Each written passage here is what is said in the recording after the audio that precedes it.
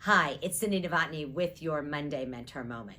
Today I want to talk about handling difficult situations and conversations. I think we've all had to have several of those over the past several months. We've had to, put people on furlough, lay people off, look at pay cuts for people just to keep business going. And I've talked to many of you that have had to struggle with that. We've all been on the giving end, and many people have been on the receiving end. And it is a difficult conversation.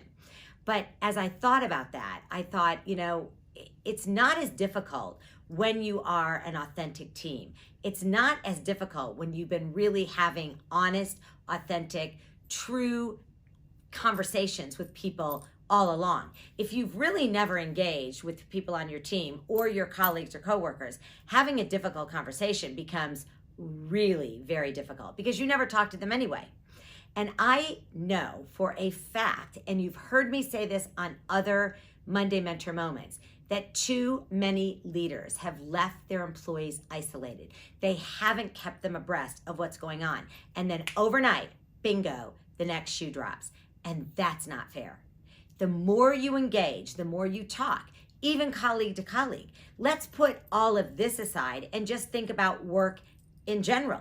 How many times do you send an email to a colleague and you don't hear anything back?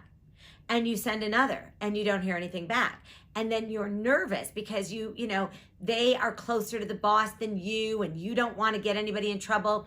So you approach that person really very tenderly and I just want to know, Mike, did you receive my email requesting that the due date for the project?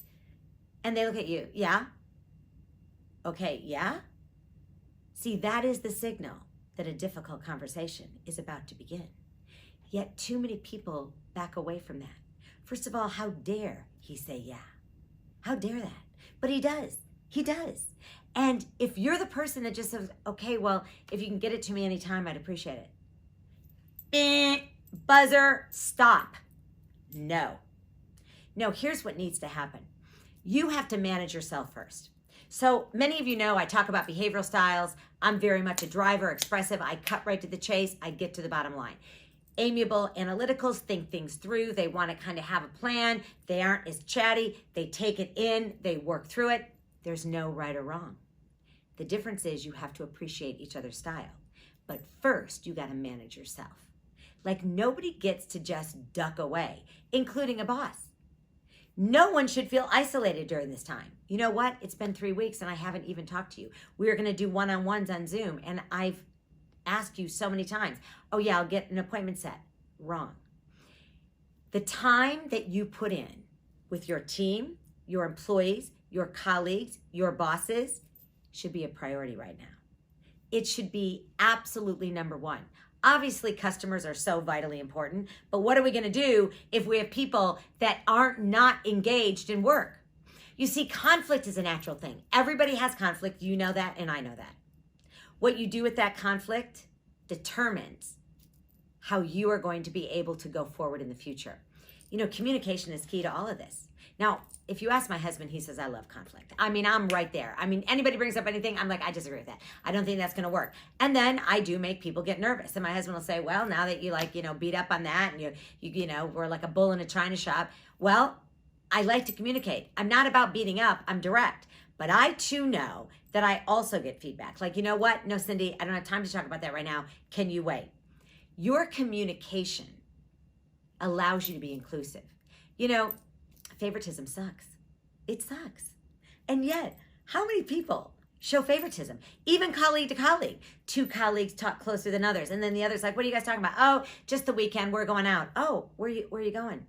Oh, we're just getting together. Oh, okay. Oh, like you didn't think about inviting them? You might have said, oh, we're just going to go out as a couple or our kids are the same age, but you just throw them to the side?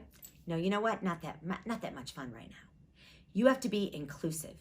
None of this little sidebar, none of this going on. And I know you can't sidebar by the water cooler because nobody can be that close. So you're doing it via text, you're sending in a meeting, you're sending another colleague. Can you believe this? I can't believe this. Why don't you say it to your boss? Why don't you say it to the colleague? Because if you can't, I promise you, you will be dealing with conflict for the rest of your life.